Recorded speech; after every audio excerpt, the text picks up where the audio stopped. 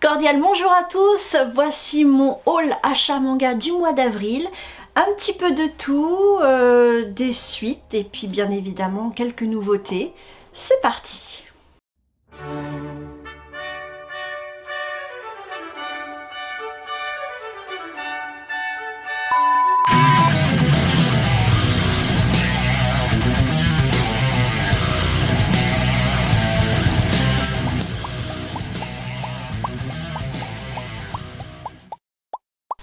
Alors, dans les suites, déjà une mauvaise surprise, mais pas par rapport au titre, par rapport au prix.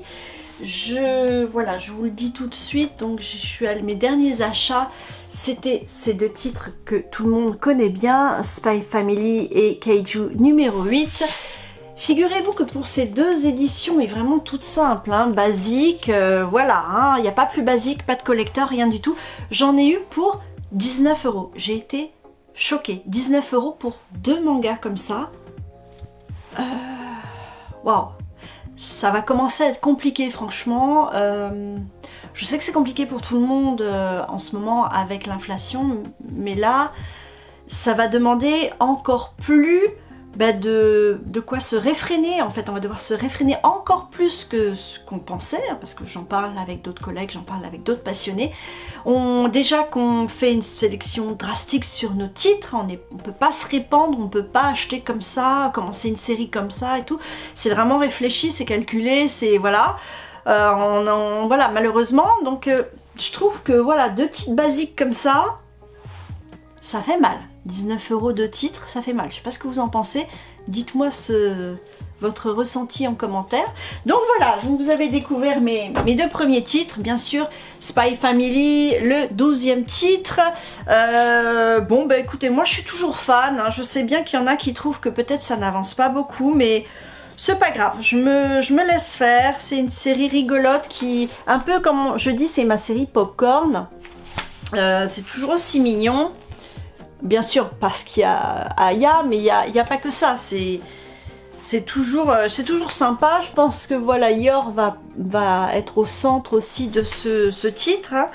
Je vois qu'il y a son frère qui est au milieu également. Non, franchement, ça, on se laisse faire. On retrouve tous nos personnages principaux. C'est pas mal. Moi, j'aime toujours autant le dessin. C'est toujours aussi fun. C'est toujours aussi Pepsi. Donc je continue joyeusement, mais je ne m'amuse plus à aller prendre des collectors parce que c'est trop cher pour ce que c'est. Et voilà, si je veux acheter d'autres mangas, je suis obligée de faire des choix. Voilà. Bien, on passe à l'autre titre que vous avez vu tout à l'heure, c'est donc Kaiju numéro 8, bien évidemment une autre série popcorn très agréable. Depuis le départ, je suis tout à fait fan. J'aime beaucoup, j'aime le trait de la mangaka et j'aime la façon dont c'est traité parce que finalement ça avance bien. Voilà, il y a pas mal déjà non seulement bien sûr de combats, mais aussi il y a tout le côté background des personnages et j'aime ça. Et voilà, donc c'est vrai qu'il faut que je m'y remette, mais parce que c'est vrai que d'un titre à l'autre, enfin d'un tome à l'autre, on oublie un petit peu. Je sais pas si c'est votre cas aussi. Est-ce que vous relisez le titre précédent pour vous remettre un petit peu l'intrigue en tête, ou est-ce que vous attaquez direct et puis vous dites bon je me remettrai dedans quand je le lirai? J'avoue, ça dépend des fois. Moi, quelquefois, je relis le tome précédent, puis quelquefois, je me mets hop, direct, et puis bon, mais alors parfois, c'est vrai que je me sens un peu perdue. Voilà, mais bon, écoutez, moi, c'est toujours aussi cool, je pense, hein, donc je pense que je vais me faire plaisir. Ensuite, nous avons une autre sublime série que j'adore. Là, j'avais pas dit, bien sûr, mais vous le savez, c'était Kurokawa pour Spy Family et puis Crunchyroll pour Kaiju numéro 8. Chez Kiyun, toujours de très très bonnes séries qui ont mon petit cœur en otage. Regardez cette juste splendide couverture. Vous avez reconnu La danse du soleil et de la lune, tome 6 de Daruma Matsuhara. Voilà, bah écoutez, c'est pareil, je sais plus où on en est, mais c'est pas grave. J'ai quand même le plaisir de la lire. On est toujours sur cette histoire de samouraï qui a épousé une yokai, je crois une kitsune, et qui a été enlevée, et voilà, il part à sa recherche, et donc évidemment il fricote avec les yokai, et ça se passe pas toujours bien. Moi j'aime beaucoup le trait, j'aime beaucoup ce... Ben, vous voyez là pour le coup ça me parle, ce monde yokai, parce que j'avais fait une vidéo sur mes lectures Meian, j'étais en partenariat avec Meian et j'ai lu tout The Forbidden Scrollery, et ben, j'ai pas vraiment eu de coup de cœur, j'ai pas vraiment accroché, et pourtant on est en plein dans l'esprit yokai, mais est-ce que c'est parce que ça vient d'un jeu vidéo? Je saurais pas vous dire, mais ça a pas matché. Pourtant je suis bonne cliente, hein. Mais alors là par contre ici j'adore, regardez ces expressions extraordinaires. Non franchement je suis complètement fan. Une très très belle série que je recommande, hein. Seinen magnifique, du yokai pur jus comme vous le voyez, c'est magnifique. Non, non, franchement, il n'y a pas à dire. Regardez comme elle est belle, notre kitsune. Donc voilà, encore et encore, je fais ma promotion, mais vraiment, prenez la danse du soleil et de la lune, c'est une merveille, une merveille.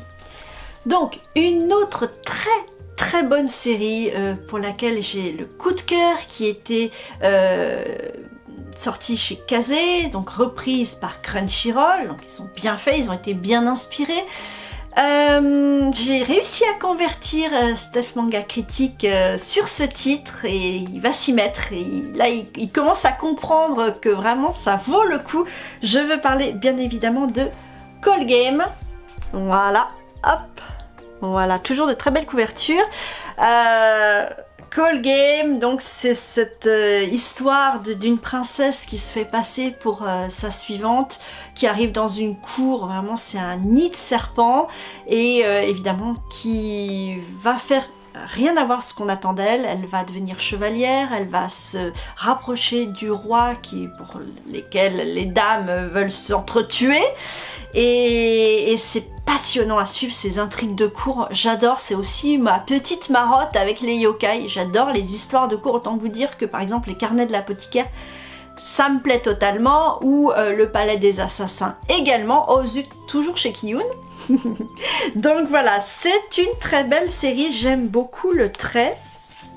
Hop, j'ai essayé de vous trouver quelque chose de sympa, voilà, j'aime beaucoup le trait, il peut y avoir des moments très durs, et puis des moments voilà,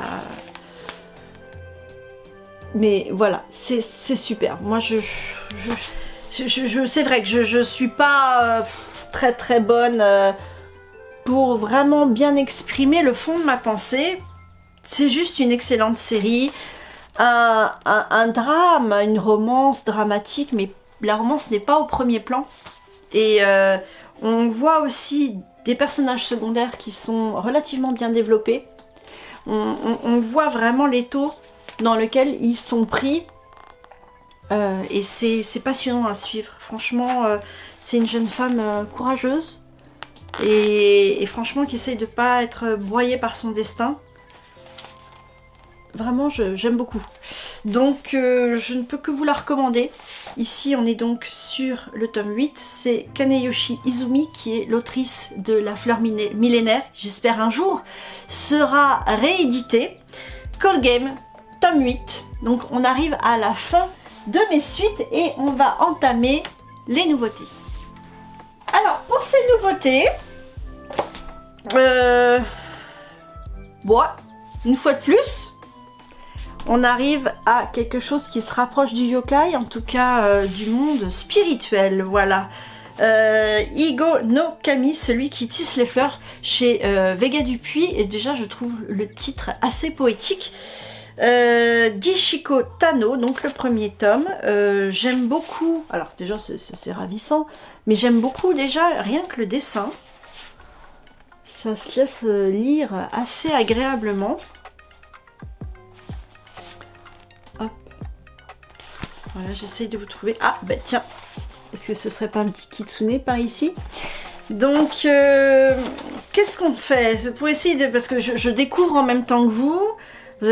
Quelquefois, c'est vrai que je prends un titre un petit peu à la One Again, même si je sais que, je vous l'ai dit en début de vidéo, je fais attention aux nouveaux titres que je prends, mais de temps en temps, il y a quand même l'appel du livre, l'appel du manga, et c'est vrai que comme j'essaye de vous présenter quelques nouveautés, je me dis bon, allez, je tente. Là, c'est quand même un terrain qui est plutôt propice dans mes choix de lecture, hein. On est sur du yokai, on est sur du spirituel, japonais, etc. Normalement, ça devrait me plaire. Au cœur du monde spirituel se dresse un grand et magnifique arbre appelé l'arbre sacré des âmes, et Serra, dieu protecteur de l'arbre sacré, doit désormais descendre dans le monde et commencer une quête qui consiste à trouver toutes les graines de l'arbre sacré qui ont été dispersées. Oh, ce serait pas un Sakura non, je pense pas. Mais bon, pourquoi pas. En tout cas, j'aime beaucoup le dessin. Donc on va voir ce que ça donne à la lecture. S'il y a vraiment quelque chose, mais il y a une dimension, une certaine noirceur aussi qui peut bien me plaire. Et bon, je pense que ça se lit de façon très sympathique. Je vous dirai ce que j'en pense, ce que ça donne. Mais ça a l'air de se lire agréablement. Donc ma foi. S'il y en a qui connaissent, n'hésitez pas à donner vos retours en commentaire. Ensuite, ça m'a été conseillé par mon libraire, par l'auteur de Coq de combat, et non pas Rooster, hein, mais Coq de combat. C'est une série assez dure, je crois, sur un jeune garçon qui va en prison. Et là, c'est River and Café. River and Café chez Shiba Édition, qui a souvent aussi de très bons titres, d'Akio Tanaka. Donc on est sur Saki, qui est une jeune lycéenne. Bah alors voilà. C'est ça qui m'avait interpellée. On est sur un titre qui parle du tremblement de terre au Japon de 2011 qui a ravagé le Japon, et Saki a donc tout perdu, elle est sans famille, elle est en décrochage scolaire, et elle rencontre par hasard un soir d'été un mystérieux propriétaire de café, au River End Café, et c'est un lieu nimbé de mystère, et donc voilà, alors pareil, c'est le mystère, mais j'ai trouvé franchement, je pense, ça doit être hyper intéressant d'avoir... Je crois qu'il a, le mangaka a dû, ou la mangaka, je sais pas, a dû prendre plein de témoignages de ses contemporains, voilà, par rapport à ce drame qui a eu lieu en 2011. Et voilà, en tout cas, le dessin me plaît pas mal. C'est assez beau, regardez quand elle découvre le café pour la première fois. Franchement... ça n'a pas l'air mal. Regardez, il y a un Shiba, ça ne peut être que bien. Forcément, Shiba Édition. Non, ça peut être vachement sympa. Franchement, si vous le connaissez, n'hésitez pas à m'en parler, sans spoil, s'il vous plaît. Mais n'hésitez pas à donner un semblant de ressenti. On voit qu'elle est quand même sportive. Ça peut être super intéressant. En tout cas, il y a l'air d'avoir pas mal de personnages emblématiques, enfin en tout cas qui ont de la prestance. Donc il y a vraiment de tout, c'est super intéressant. C'est vraiment, c'est tout à fait étonnant. Je trouve que je peux être agréablement surprise à cette lecture. Donc à voir. À voir. Donc, River End Café par Akio Tanaka, l'auteur de Coq de combat. Et on finit. Alors, ça, c'est une autre de mes marottes. Un petit peu tout ce qui est voyage dans le temps, mais aussi un petit peu rétro, un petit peu... Vous voyez la lanterne de Nyx ? On n'en parle pas beaucoup, mais je trouve que c'est un très joli petit titre, un petit peu onirique, un petit peu fantastique et en même temps très rétro. Et bien là...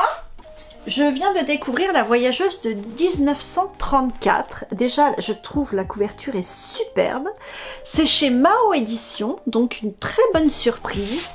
C'est à Taïwan en 1934 donc, et une chanteuse extrêmement populaire se retrouve projetée dans notre monde moderne. Alors ça, c'est tout à fait étonnant parce qu'une femme de 1934, elle doit être complètement perdue de nos jours, et donc... elle rencontre une jeune femme qui n'a pas réussi à faire ses preuves dans le monde musical et elle va décider de l'épauler et enregistrer un album ensemble. Ça peut être tout à fait bien.